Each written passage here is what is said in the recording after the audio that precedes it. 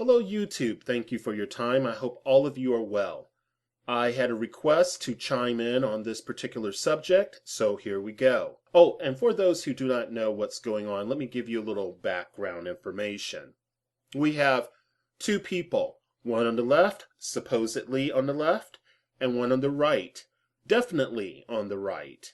Both of them are engaging in a battle of sorts in the ring, but are they? No, in reality, we have one who is supporting the other.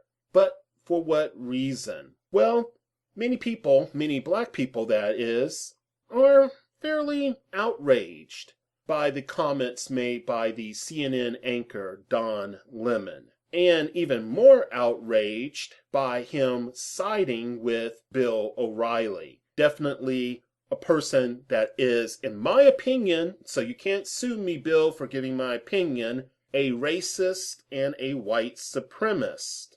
And it's not unlikely that on any given week that you may run into him, or at least once a month, spewing all kinds of anti-black and ill-informed rants about black people. Of course, I am not qualified to speak for all black people, nor do I pretend to be the voice for most black people. So let me include that there are some blacks who are in total agreement with Bill O'Reilly and with Don Lemon. Let's move forward. Now that you have an idea of what's going on, this is what I think of it. I do not identify with either the left or the right, so it can be troubling when I bear witness to the violent commotions over Don Lemon's words.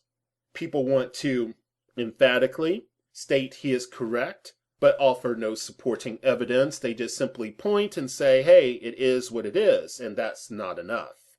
But what we fail to remember before going forward, what many fail to remember, is that facets of the mainstream corporate media all have the same agenda. All are propagandist machines. Their chief role is to deceive. When the truth is stated, it is either of no consequence or it serves a bigger agenda that is focused around shaping minds or influencing the viewer. It matters not if the information provided was accurate for two reasons. One, Don's suggestions do not empower if implemented. They are solutions for symptoms rather than a solution to the problem. It does not make us, collectively speaking, better, for it does not alter the root. Nor does changing external conditions help when addressing internal concerns. And it certainly does not address the marginalization of many, first by social class and secondarily by race.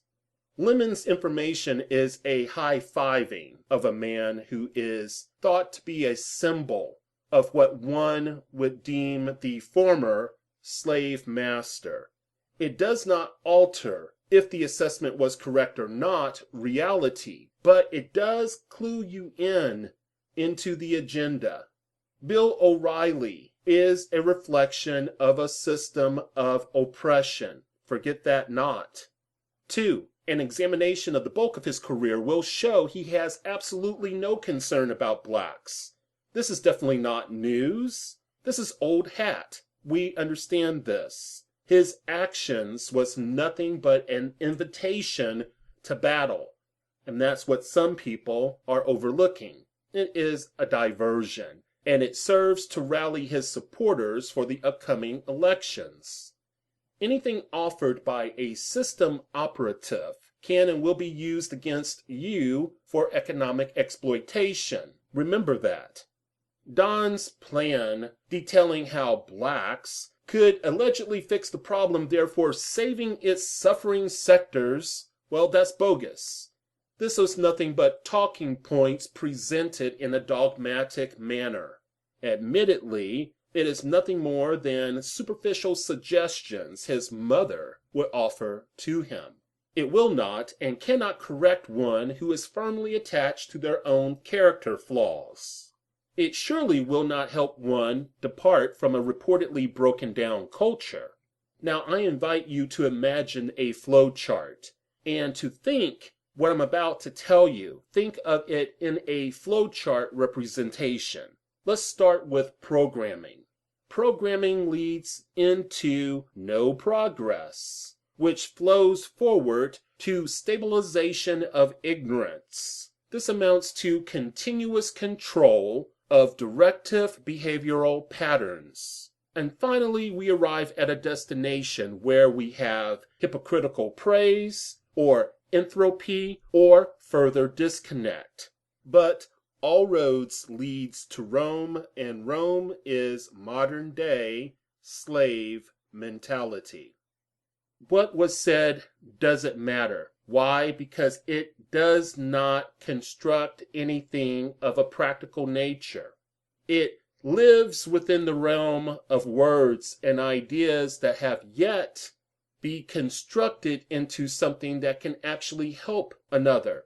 Let me be more direct and less abstract. We have no institutions that will be built as a result of this exchange.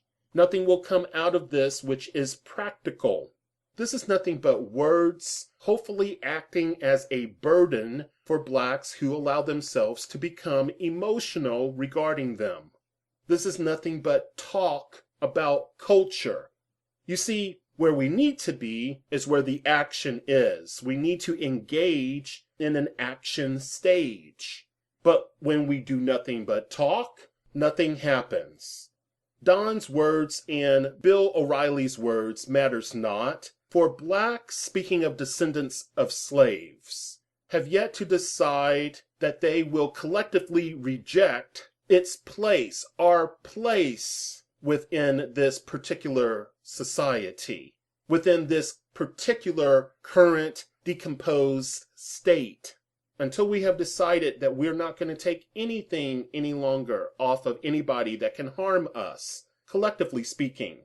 Until we decide that we are no longer going to settle for being medicated via culture, instead of pursuing intervention and prevention and then creation, we're just going to be ignored and we're just going to continue to suffer.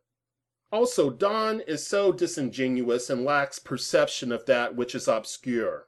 You can follow his formula and still be profiled and or killed. It does not attack the root. It does not attack that which is within an individual, which then is used as material to co-create our reality as we know it. Of course, there are external forces that are not within our control that also contribute to our reality. He would like you to believe that poor etiquette or unwillingness to concede to social norms may get you stigmatized, and indeed they do, but this you can change. You cannot change your skin. So though I would demand of my child, if I was a parent, I would demand of my child to put their best foot forward, and I would be there to assist them every step of the way. It does not change the reality of this country, and that is white domination, whether we're speaking of economics, politics, or social inventions. These things that relate to the majority group can only be maintained if a power structure is preserved. It is not in its best interest if those who formerly occupied the bottom rung advanced. So, O'Reilly was just full of hot air, and this proves that this was nothing but him engaging in a battle. Of course, Don, I do not think, really understands what is going on in totality. I don't think any of us do, or I should say that very few do. But I think he's probably wrapped up in the illusion even more so than many of us are. So let me say this with a grain of salt as it applies directly to him, but it is still true nevertheless. He would never address various invasive forces that unequally burdens all of mankind, especially those of a particular racial group, especially being that he belongs to that group. He would never admit to the potential to occupy every corner of civic and political space. that there are actually systems that do this and do this quite well. If he did, then his superficial cry of annoyance would be without cover. See, indeed, this is racial drama, which will negatively impact blacks, for most people are too lazy to make distinctions based on character. However, this drama chiefly is to distract those who are attempting to comprehend that mankind is being ushered into singularity. All so we can be under a control system whose rules, customs, and mandates can deteriorate or even dominate nearly every facet of human existence. Yet another job for the corporate media to keep you occupied from this reality. Understand that power has to be maintained so nothing upsets its deliberate construction. Think about it. Thank you for listening.